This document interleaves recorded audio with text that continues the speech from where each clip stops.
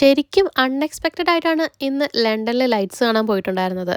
രാവിലെ പള്ളിയിൽ പോയിട്ട് തിരിച്ച് വീട്ടിലേക്ക് വരുന്ന സമയത്ത് ലൂട്ടണിൽ നിന്ന് ചേട്ടൻ വരുന്നത് കൊണ്ട് തന്നെ ഫുഡ് കുറച്ച് പ്രിപ്പയർ ചെയ്യാനായിരുന്നു പ്ലാന്.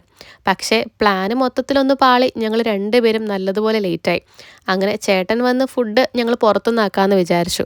അങ്ങനെ ഷോപ്പ് തപ്പി നടന്ന് അത്യാവശ്യം നടന്ന് ഒരു ഷോപ്പ് കണ്ടുപിടിച്ച് ഫുഡ് കഴിച്ചപ്പോഴേക്കും ഏകദേശം വൈകുന്നേരമായി. എങ്കിൽ പിന്നെ ലൈറ്റ്സ് കാണാൻ പോകാമെന്നൊരു ഒറ്റ പ്ലാനിൻ്റെ പുറത്ത് നേരെ റീജൻറ്റ് സ്ട്രീറ്റിലേക്ക് വിട്ടു. ശരിക്കും ഈ മാലാഖ അല്ലാതെ ലണ്ടനുമായിട്ട് ഞാൻ യാതൊരുവിധ ബന്ധവുമില്ല. വേറെ എവിടെ എന്തൊക്കെയുണ്ടെന്ന് ചോദിച്ചു കഴിഞ്ഞാൽ എനിക്ക് തീരെ അറിയില്ല, ഞാൻ കണ്ടിട്ടുമില്ല. അതുകൊണ്ട് തന്നെ എക്സ്പീരിയൻസ്ഡ് ആയിട്ടുള്ള ചേട്ടൻ ഓരോ മുക്കും മൂലയും കൃത്യമായിട്ട് കാണിച്ചു തന്ന് വേണമെങ്കിൽ ലൈറ്റ് എണ്ണി തിട്ടപ്പെടുത്താനുള്ള ക്ഷമയിലായിരുന്നു എൻ്റെ കൂടെ ഉണ്ടായിരുന്നത്.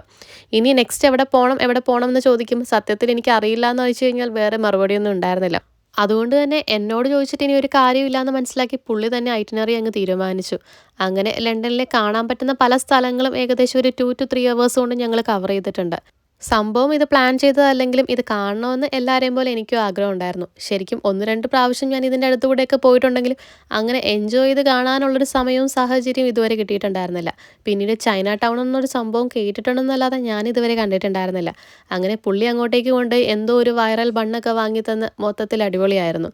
ശരിക്കും ലൈഫിൽ നമ്മൾ കുറേ കാര്യങ്ങളൊക്കെ ആഗ്രഹിക്കുന്ന സമയത്ത് അത് നടത്തി തരാൻ വേണ്ടിയിട്ട് ഇതുപോലെ ചില മാലാഖമാർ ലൈഫിലേക്ക് കടന്നു വരും.